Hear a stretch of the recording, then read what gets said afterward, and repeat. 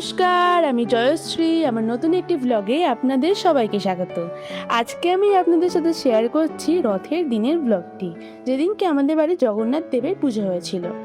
সকালবেলার ওয়েদারটা ছিল ভারী সুন্দর, আর এখানে আমরা সবাই মিলে বসে গিয়েছি ভোগ বানানোর কাজে।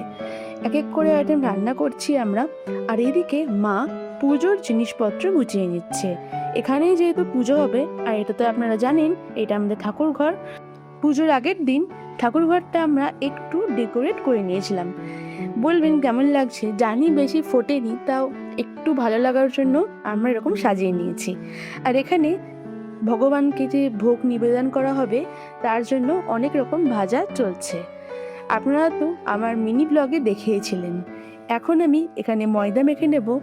এই ভোগের লুচিগুলো খেতে কিন্তু সবাই খুব ভালোবাসে, তাই খুব সুন্দর করে আমি ময়দাটা দিয়ে নেব। আর এখানে ব্ল্যাক সল্ট ইউজ করতে হয় এই পুজোর কাজের জন্য। তো সব কিছু ঠিকঠাক করে নিয়ে মাখা হয়ে যাওয়ার পর ওপরটা একটু ঘি দিয়ে কিছুক্ষণ রেস্টে রাখতে হবে, তাহলেই দারুণ খেতে লাগে। আর এই পুজোর ভোগের জন্য লুচিতে একটু ঘিয়ের গন্ধ বেরোলে কিন্তু মন্দ হয় না। এখানে কচুর শাক রান্না হচ্ছে।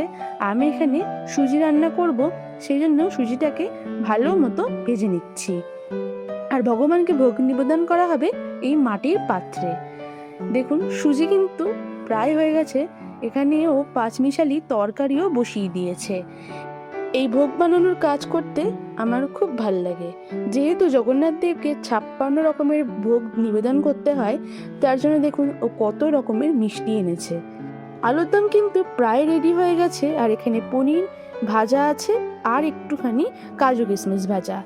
যে মিষ্টিগুলো দেখালাম একটু আগে ও ভোগের জন্য রেখেছিল, সেগুলোকে সুন্দর করে সাজিয়ে নিয়েছি। আর ওপর দিয়ে দিয়ে নিচ্ছি তুলসী পাতা।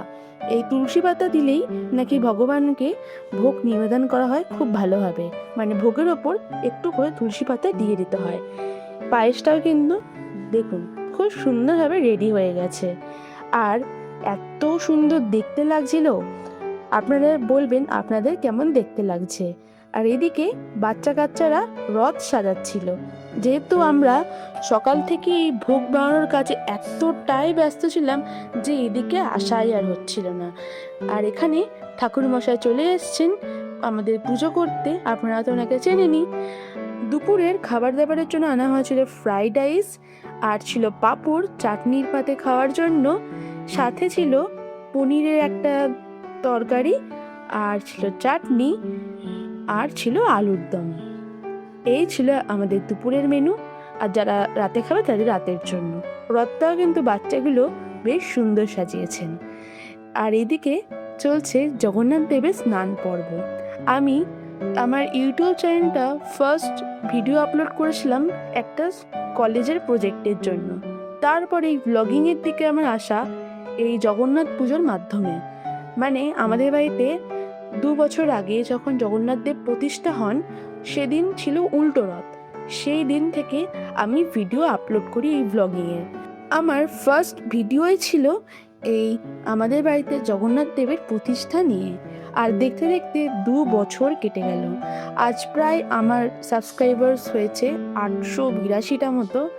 আপনারা অবশ্যই পাশে থাকবেন, তাহলে হয়তো আমি আরও দূরে যেতে পারবো। জানি না আমার ব্লগগুলো আপনাদের কেমন লাগে বা কী, বাট আমার এই ব্লগগুলো আপনাদের সাথে শেয়ার করতে খুব ভালো লাগে। দেখলেনই তো জগন্নাথ দেবের স্নান হয়ে গেছে। আর এখানে জগন্নাথ দেবকে অলংকারে সাজিয়ে নেওয়া হচ্ছে। এই ড্রেসটা আপনারা আগেও দেখেছেন, একটা ব্লগ আমি আপলোড করেছিলাম, মিনি ব্লগ, ওখানে। আর এখানে সুভদ্রা দেবীকেও কিন্তু আমরা খুব সুন্দরভাবে সাজিয়ে নিচ্ছি। খুব দেখতে কিন্তু জামাটাও খুব সুন্দর লাগছে, আর ওনাকে পরে আরও যেন জামাটা শাইন করছে। এত সুন্দর দেখতে লাগছে প্রত্যেকটা জিনিসই। যদি আপনাদের সাথে শেয়ার না করতাম তাহলে জিনিসটা খুব অন্যায় হয়ে যেত। বলরাম দেবকেও খুব সুন্দরভাবে ড্রেস পরিয়ে নেওয়া হচ্ছে। প্রত্যেকেরই জামাগুলো কিন্তু খুবই সুন্দর, এত সুন্দর দেখতে লাগে। আর এনাদের সাজিয়েও শান্তি আছে। তারপরে ঠাকুরমশাই বললেন যে পদ্ম ফুলগুলো 3টে পদ্ম ফুল ফুটিয়ে নাও। তো আমরা এখানে পদ্ম ফুল ফোটাচ্ছি। এই 3 জনের কাছে এগুলি সমর্পণ করা হবে, সেই জন্য এই পদ্ম ফুল ফোটাতে দারুণ লাগে। আর আমাদের পদ্ম ফুলও ফোটানো কিন্তু হয়ে গেছে। পুজো এখন চলছে আর আমরা সবাই বসে রয়েছি। আর এই ঠাকুরমশাই খুব সুন্দর মন্ত্রোচ্চারণা করে পুজো করেন। এত ভাল লাগে দেখতে ওনার পুজো। উনি একটু দেরি করে আসেন, কিন্তু ওনার পুজো এত সুন্দর যে ওনার ওপর যদি রাগও হয় সেটা একদম মিটে যায়। খুব ভাল লাগে ওনার পুজো দেখতে। আর এদিকে আমার বান্ধবীরা এসেছিল, ওরা খেতে বসেছে, ওদের সাথে দেখা করতে এলাম। পুজোর দিন এরকমই হয়, একবার নিচে যাচ্ছি লোকজন বসলে খাবার সার্ভ করার জন্য, একবার ওপরে এসে পুজোর এখানে বসছি। আর এখানে আরতি চলছে, তারপর আমরা বসবো এখন অঞ্জলির জন্য। এই অঞ্জলি দেওয়ার জন্যই তো এতক্ষণ ধরে অপেক্ষা করেছিলাম। আর একটা জিনিস বলবো যে এতদিন পুজো হয়েছে আমি কোনোদিনও উপোস করিনি, কিন্তু এইবারই আমি উপোস করেছিলাম। এবং মম দেব দেব অসদ মাং সদ্গময় তমসো মাং। উনি এত সুন্দর করে মন্ত্রোচ্চারণা করে পুজো করেন যে এত ভাল লাগে না ওনার পুজোটা দেখতে। আগের দিন রাতে আমরা তুলসীর মালা বানিয়েছিলাম, উনি ভগবানের কাছে সেটি দিয়ে দিলেন। আর এদিক থেকে কিন্তু খুব সুন্দর লাগছে না দেখতে বলুন? এত সুন্দর করে সাজানো হয়েছে। এবার যেহেতু হোমের পালা, সেই জন্য সবগুলো ঠিকঠাক করে গুছিয়ে নেওয়া হচ্ছে আর জায়গাটা ফাঁকা করে নেওয়া হচ্ছে। এখন বসে পড়েছেন উনি যজ্ঞের জন্য। খুব সুন্দরভাবে জিনিসপত্র উনি সাজিয়ে নিয়েছে। ইউটিউবে আমি এই যজ্ঞের সময় একটা লাইভ শেয়ার করেছিলাম, আপনারা যদি না দেখে থাকেন আপনারা একবার হলেও দেখে নিতে পারেন। এই যজ্ঞের সময়টা দেখতে খুব ভালো লাগে, আর যজ্ঞ হয়ে যাওয়া মানে পুজো একদম কমপ্লিট হয়ে যাওয়া।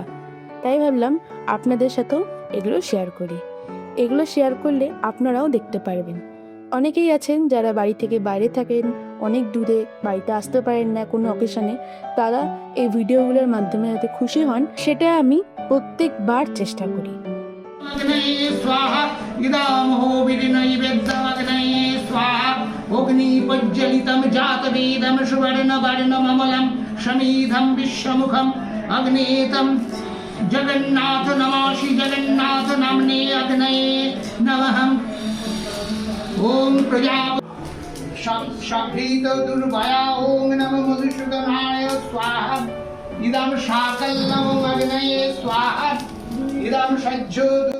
যজ্ঞকুণ্ড হলো পবিত্র অগ্নির স্থান, যেখানে বৈদিক মন্ত্রোচ্চারণের মাধ্যমে হোম বা যজ্ঞ সম্পূর্ণ করা হয়। এই অগ্নিকে দেবতাদের কাছে ভক্তির নিবেদন পৌঁছে যাওয়ার মাধ্যম হিসেবে মানা হয়। পুজো আমাদের একদম কমপ্লিট হয়ে গেছে। আপনারা বলবেন আপনাদের কেমন লাগলো আর বাড়িতে কারা কারা পুজো করলেন আমাকে কমেন্টে জানাতে কিন্তু ভুলবেন না। তো আজকের ব্লগটি এইটুকুনি। ভালো লাগলে অবশ্যই লাইক, কমেন্ট, সাবস্ক্রাইব আর শেয়ার করতে ভুলবেন না। আর ফেসবুক পেজটাকে দেখলে পেজটি ফলো করে নেওয়ার অনুরোধ রইল। আবার আসবো নতুন একটি ব্লগ নিয়ে আপনাদের সামনে। আজকের জন্য টাটা।